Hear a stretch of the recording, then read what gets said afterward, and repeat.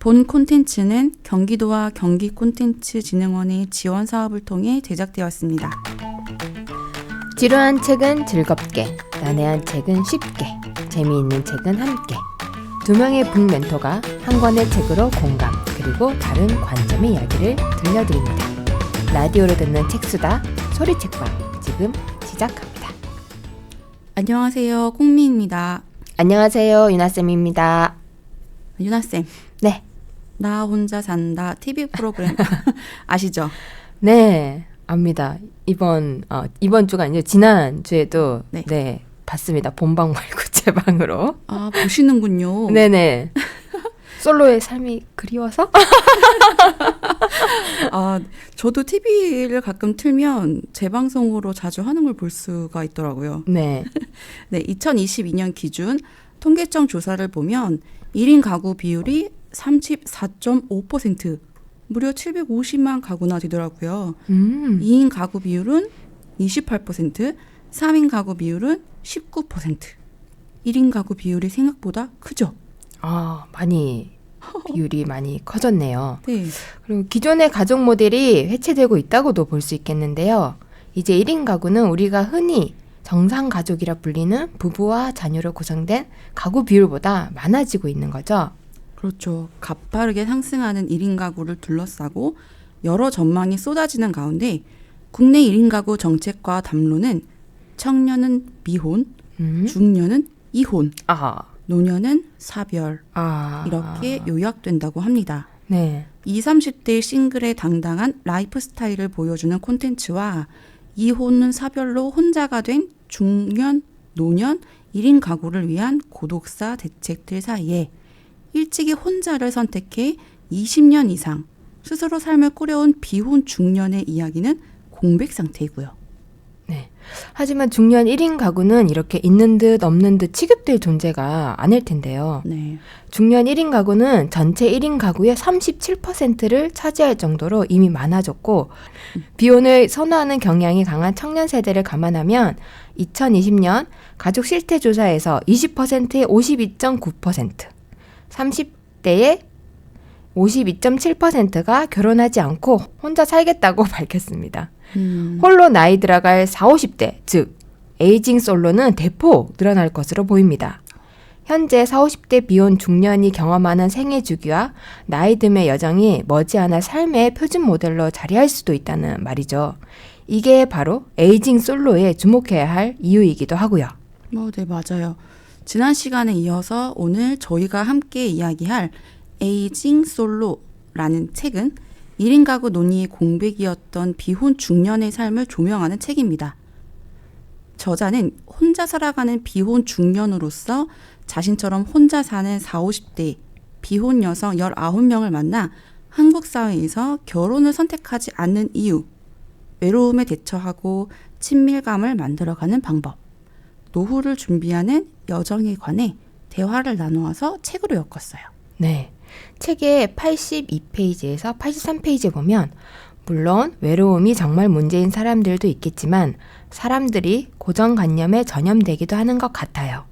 막 너무 즐겁지는 않지만 그냥 혼자 있는 감정 상태에 사람들이 외로움이라고 딱지를 붙이니까 이게 외로운 거구나 생각하는 경우도 많다고 봐요. 라는 구절이 있습니다.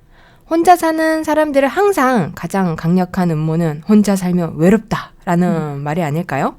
1인 가구에 대한 담론과 대책이 주로 고독사, 예방의 관점에서 만들어지면서 혼자 나이 드는 삶에 관한 과장된 두려움이 한국 사회에 퍼졌는데요. 의외로 이 저자가 만난 비혼 여성 중에서 외로움과 고독사에 대한 불안을 심각한 문제로 꼽은 사람은 없었습니다.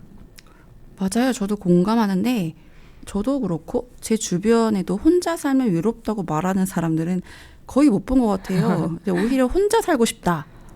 이렇게 말하는 사람을 더 많이 본 것 같거든요. 네네. 근데 혼자 카페 가고 혼자 여행하고 커피 마시고 밥을 먹고 외롭다고 느껴본 적은 없거든요. 네. 오히려 좋았으면 좋았지. 유나쌤도 가끔은 혼자 있고 싶다는 생각 안 드시나요? 매우 많이 듭니다. 그러니까요. 그 혼자 있고 싶다는 생각. 네. 또 가족이 있어서 드는 수도 있겠죠. 네. 전 또 싱글 생활을 하다가 솔로 생활을 하다가 또 같이 또 가정을 새로 꾸려다 보니까 혼자 있고 싶다는 생각을 많이 듭니다. 네. 네.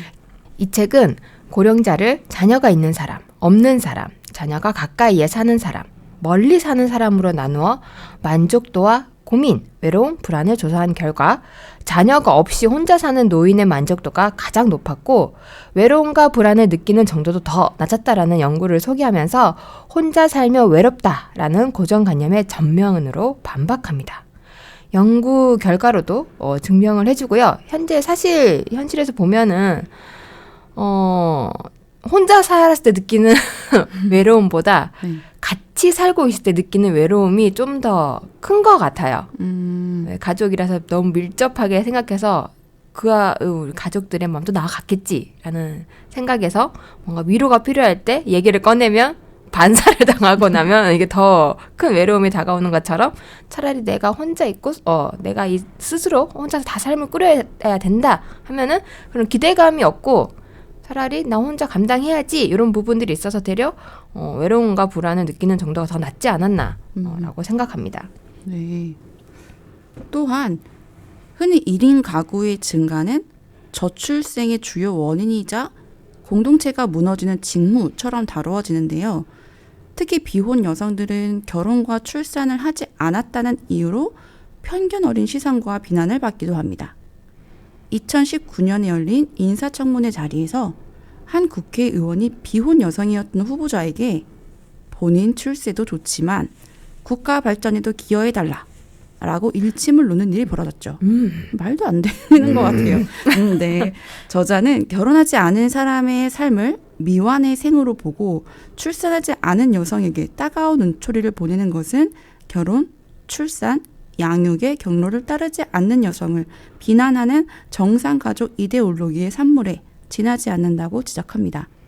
나아가서 남편의 가사 육아 노동 분담 비율과 합계 출산율 사이에 높은 연관성이 있다라는 연구를 근거로 저출생의 원인은 혼자 살기의 증가가 아니라 가부장적 문화에 있다고 바로잡고 있어요. 네. 매우 공감합니다.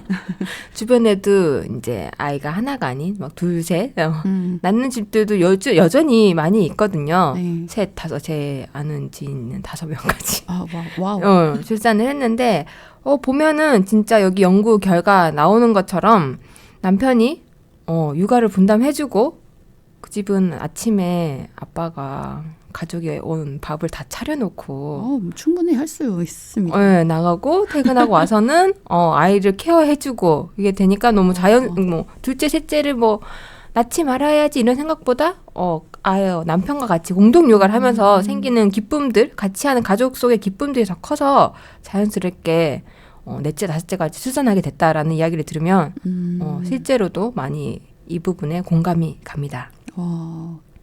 그리고 저자가 만난 대다수 에이징 솔로들은 비혼이지만 혼자 살지는 않는다라는 공통점이 있죠. 이들은 느슨하지만 촘촘한 친밀감을 바탕으로 크고 작은 공동체를 이루며 살아갑니다. 누군가는 이웃들과 연결된 마을에서 혼자 살고, 누군가는 친구와 돈을 모아 집을 마련해서 함께 살고, 누군가는 대안적 생활 공동체 모델을 만들어 삽니다. 이들은 가족 바깥에서 서로를 돌보며 생애 주기를 함께 통과해 갑니다.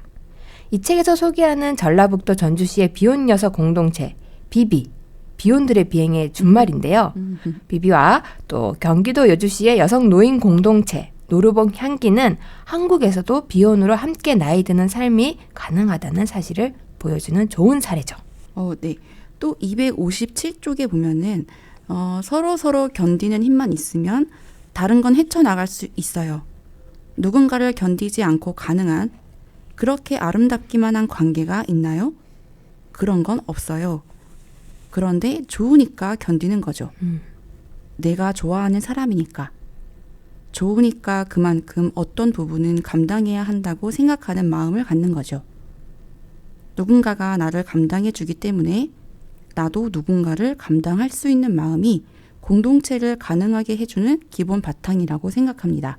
라는 부분이 있는데 네. 저는 여기서 좋으니까 견딘다 라는 표현이 굉장히 와닿았어요. 저도 와닿네요. 네, 견디고 감당할 수 있는 이유가 좋으니까에서 비롯된 것이니 그에 대한 감정 책임 또한 본인이 가져가야 하는 거겠죠. 네. 이게 오랜 시간 스스로의 삶을 독립적으로 꾸려온 저자에게도 타인에게 도움을 요청하고 받는 것은 익숙하지 않은 일이었을 텐데요. 저자 역시 에이징 솔로들과 대화를 나누고 부모 돌봄을 수행하며 타인에게 도움을 주고받는 방법을 익혀나가고 있다고 합니다. 네, 이어서 책 속의 구절 몇 부분만 더 보겠습니다. 네. 페이지 22페이지인데요. 에이징 솔로라는 용어를 쓴 이유도 설명해야겠다. 네. 이걸 설명 안 드렸네요. 네, 그죠? 네. 처음에 에이징 솔로? 책 제목인데 이게 뭔 말이지? 이런 생각 되실 수 있는데 네. 에이징 솔로는 문자 그대로 혼자 나이 들어가는 상태를 뜻한다.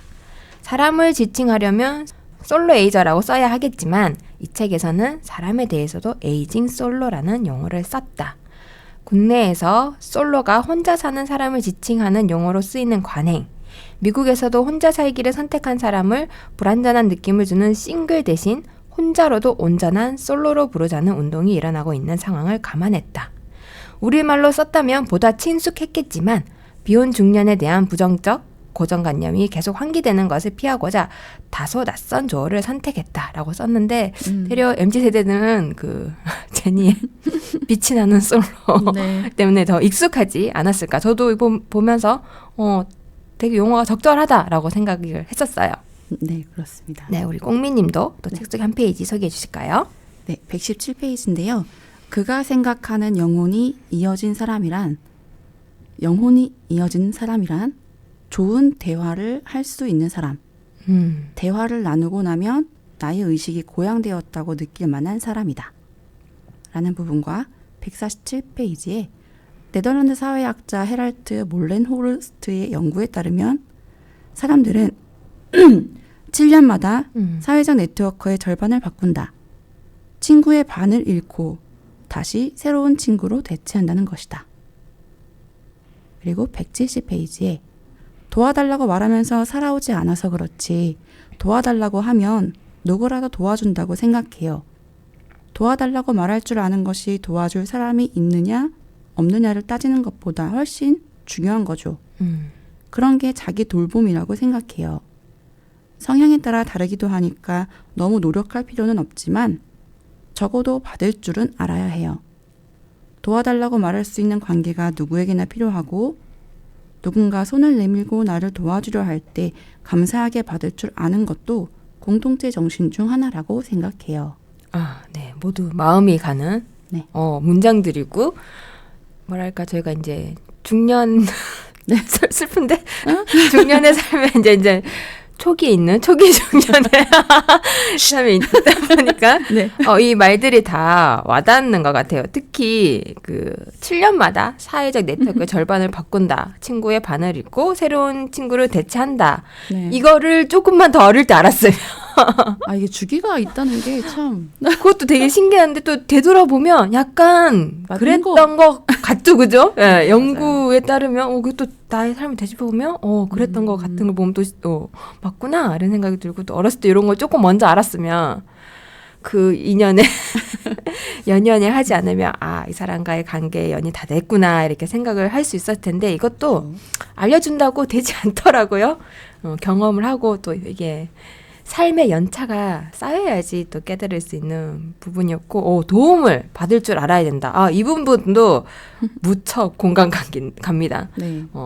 도움을 주는 것보다 우리나라 사람 특히 도움 받는 걸 되게 어색해 하잖아요. 네. 저는 감사하게 잘 받는데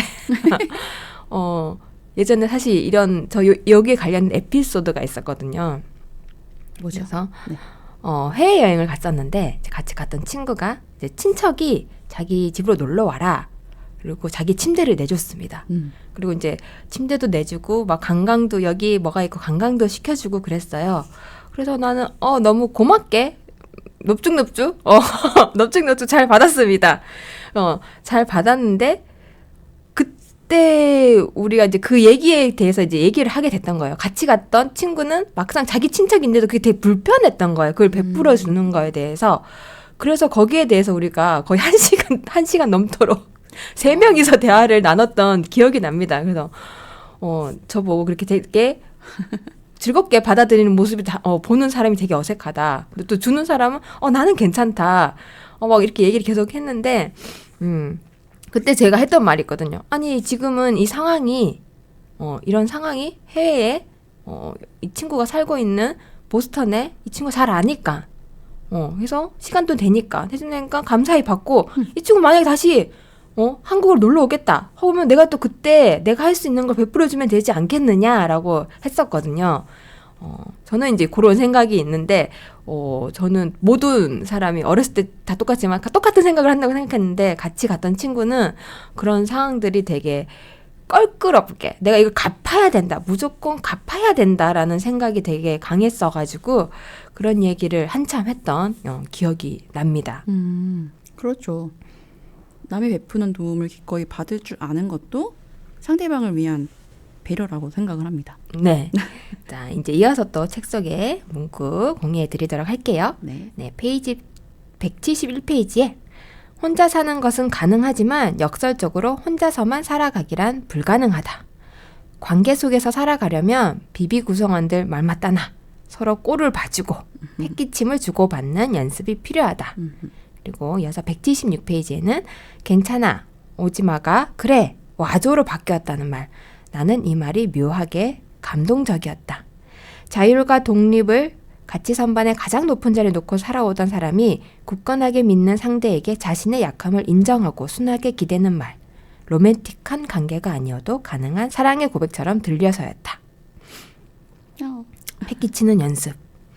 우리 제일 많이 하는 괜찮아? 갈게. 아니야 괜찮아 오지마 이런 말들 되게 많이 하는데 그래 와줘. 상당히 힘든 일이잖아요. 그런데 요거를 나의 약한 모습을 드러내서 인정하고 진짜 만약에 저희가 아직 기혼이지만 미혼의 일대 연애 관계에서 이랬다면 정말 마음이 사르르 녹아들 것 같은 그 사람을 꼭 봐줘야 할 것 같은 그런 생각이 들지 않았을까? 지금의 가족에서도 그럴 것 같아요. 부모님들과 특히 그렇잖아요. 갈까? 엄마 갈까? 뭐 괜찮아? 그러면 아니 괜찮아 오지 아니 이런데 사실은 부모님들 말씀에 사실은 그래 오라는 말인 줄은 알잖아요. 근데 그 선뜻 부모님들도 그래 와줘라는 말을 쉽게 못 하시는데 저는 저희 아이에게 이런 말을 들으면 그래 와줘라고 나중에 네 하도록 하겠습니다. 네, 저는 요거 패기침을 주고받고 꼴을 봐주는 요 문구에서 저희 긁어온 토론이 또 생각이 났습니다. 네. 그때 이제 여러 구절들을 나누었을 때 네. 이야기해 주셨던 분들도 계셨고 또 저희가 또 이 책을 가지고도 한번 이야기를 나눴었잖아요. 네. 네, 그 시간들이 또 생각이 났었죠. 그러셨군요. 네. 네. 이어서 또 공민님이 소개해 주세요. 네, 마지막인데요. 300페이지로 넘어가 보겠습니다. 네. 314페이지에 가족이 짐을 덜어 유연해지고 흑백 논리처럼 결혼 아니면 솔로 둘 중 하나를 선택하는 것이 아니라 혼자 살든 둘이 살든 아니면 여럿이 함께 살아가는 방식이든 자신이 선택한 사람과 다양한 방식으로 맺은 친밀한 관계가 제도적으로 인정받고 서로 돌볼 권리를 보장받는 것이 미래 가족의 모습이 되는 걸 보고 싶다. 마지막으로 319페이지. 혼자 나이 드는 삶에 대한 선입견을 거두고 바라본다면 이 책에서 에이징 솔로가 들려주는 삶의 이야기는 결국 자기 자신과 생애 전환, 친밀한 관계 맺기, 여러 층위의 연결망, 나이 들고 죽음을 맞이하기 등을 다르게 실천하고 상상하는 방식에 관한 이야기다. 여기까지입니다. 네. 미국의 사회심리학자 벨라 드파울르는 결혼이 비혼보다 이상적이라고 생각하고 비혼자에게 편견을 갖는 것을 싱글리즘이라고 명명했습니다. 그는 이러한 싱글리즘이 단지 태도에 그치는 것이 아니라 사회의 법률, 제도 등 모든 구조에 스며들어 있어서 일상에서 차별을 겪어본 적이 없다고 말하는 싱글들도 피해갈 수 없다라고 지적하는데요. 이 책의 에이징 솔로들 역시 크고 작은 제도적 차별을 경험한다고 증언합니다. 이들이 가장 큰 어려움으로 꼽는 두 축은 주거와 돌봄 문제예요. 정부의 주택 공급 제도는 결혼 여부와 자녀의 수를 기준으로 청약 가점을 매겨서 1인 가구는 청약 등 혜택을 받기 어렵다는 것부터 병원에서는 여전히 리스크 관리 차원에서 보호자로서 원가족의 동행을 요구하고 솔로들은 곁에 소중한 사람을 돌보고 싶어도 가족이 아니라는 이유로 직장에서 돌봄 휴가를 낼 수 없다는 것까지. 더욱이 비혼 여성들은 원가족의 남아도는 노동력으로 인식되며 독박 부모 돌봄을 짊어지다 자신의 상황도 어려워지는 경우가 많다고 합니다. 혼자 살기의 증가는 한국을 넘어선 전 세계적 현상인 것 같아요. 혼자 살기가 거스를 수 없는 사회 변화라면 이제 제도 역시 변화해야 하지 않을까요? 일본의 사회학자 오치아이 에미코는 이미 모든 사람이 속하는 사회적 단위가 없다고 한다면 사회의 기초 단위가 되는 것은 개인밖에 없다 라고 말했습니다. 저자 김희경 역시 이제 복지의 단위를 가족이 아닌 개인으로 전환할 시기가 도래했다고 말했고요. 네. 이 책에 담긴 비혼 중년의 경험과 증언에는 정상 가족 이데올로기 하에 낡은 제도를 수정할 제도적 개선점과 가족 너머의 사회를 향한 새로운 상상력이 가득 담겨 있다고 보시면 되겠습니다. 네. 오늘 소리책방의 책수단은 여기까지입니다. 우리는 모두 혼자인 동시에 오롯이 혼자만일 수는 없습니다. 삶의 경계를 확장하고 곁에 자리를 만드는 목소리가 있어 나는 끝내 외롭지 않을 것입니다. 지금까지 소리책방의 책방제기 유나쌤, 꽁미였습니다. 여러분 Have a book day!